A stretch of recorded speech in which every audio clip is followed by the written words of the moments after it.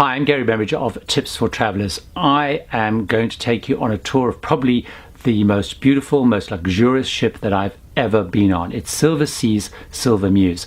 I'm going to show you all the features of the ship, the facilities, the dining options, and importantly, of course, the suites as well. So let me talk about the different types of accommodation on board. The owner suite is the grandest of all. It's a one-bedroom suite.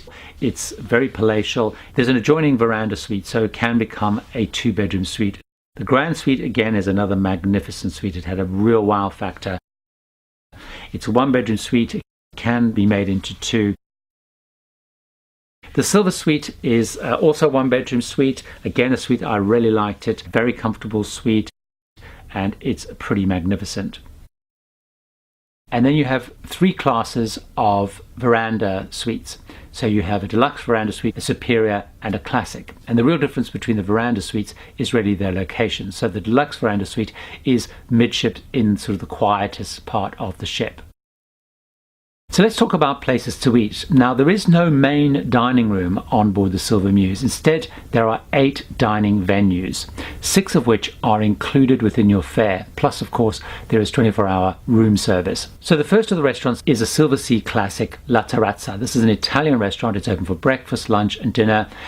During the day, it has serving stations, it's self-help, and at night, it's an a la carte restaurant as well. Atlantide is a restaurant that I loved. It's a fish and steak restaurant serving incredible cuisine, beautiful fish, great steaks, and it's a great venue. Indochine is another great restaurant, and this serves Asian food, sort of fusion food. It has Thai food, it has Indian food. An innovative restaurant is a place called Silver Note, and this combines music and food. So it serves tapas type, and there is music there in the evening. It's a really fun and great concept. If you're looking for more informal dining, there's 2 places that are very popular. One is Hot Rocks. Hot Rocks in the evening does Silversea's famous hot lava stone cooking, where you cook your own food outside. It's a great venue.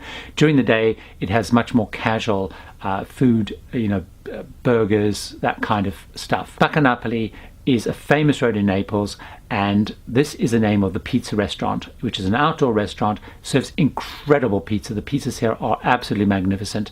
Now, the 2 restaurants which you have to pay a cover charge, which at the time of making this video are around $60 per person. And first of all, the French cuisine restaurant, which is called La Dame, which is a partnership with Relais and Chateau, which is across most of the Silversea ships. And the other one you have to pay a service charge for is Kaiseki. This is a Japanese restaurant.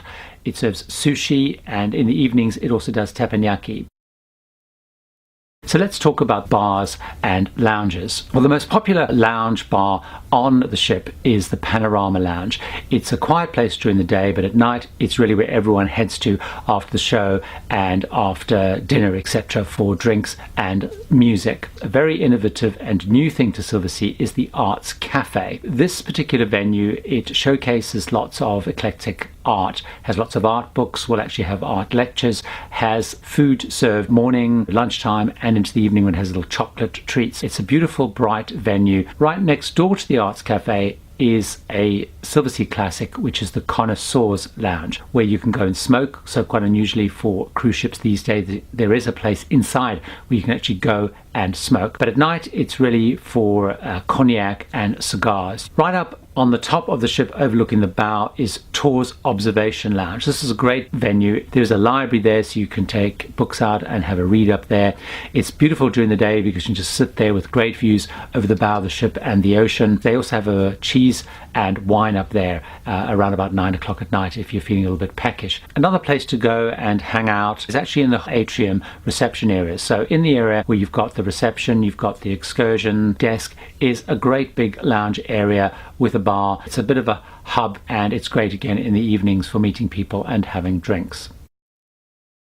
So what else is there to do on board the ship? In terms of entertainment, there's the Venetian Lounge. This is the main show lounge where the Silversea singers perform their shows, but also things like enrichment lectures are also held in this venue. In terms of outdoors activities, there's a fantastic pool deck up on deck 9 with actually a great sized pool, lots of very comfortable chairs and lounges. There's a running track. There's also a spa and fitness center, which has barbers, hairdressers, nail treatments as well. If you're looking for other things to do in the evening, well, there is a casino. It's a relatively small casino. There are, of course, shops selling things like branded goods, watches, that kind of stuff as well. There's also a card room. Now, one thing that's quite unique on Silver Muse is there is actually an activity room designed for children. So at peak periods when there are a lot of children on board, there will be facilities and activities for kids. So hopefully, as we've gone around the ship, you agreed with me that this is a magnificent ship. It feels very luxurious. It feels very plush. It's a beautiful, beautiful ship. I absolutely loved it. And hopefully this video tour has given you a good sense of what it is, and hopefully it's helped you decide if this is a ship for you. If you liked the video, I'd love it if you left a like for the video. Of course, I'd love to hear comments, what you think about the ship, but very importantly, please subscribe to the Tips for Travelers YouTube channel.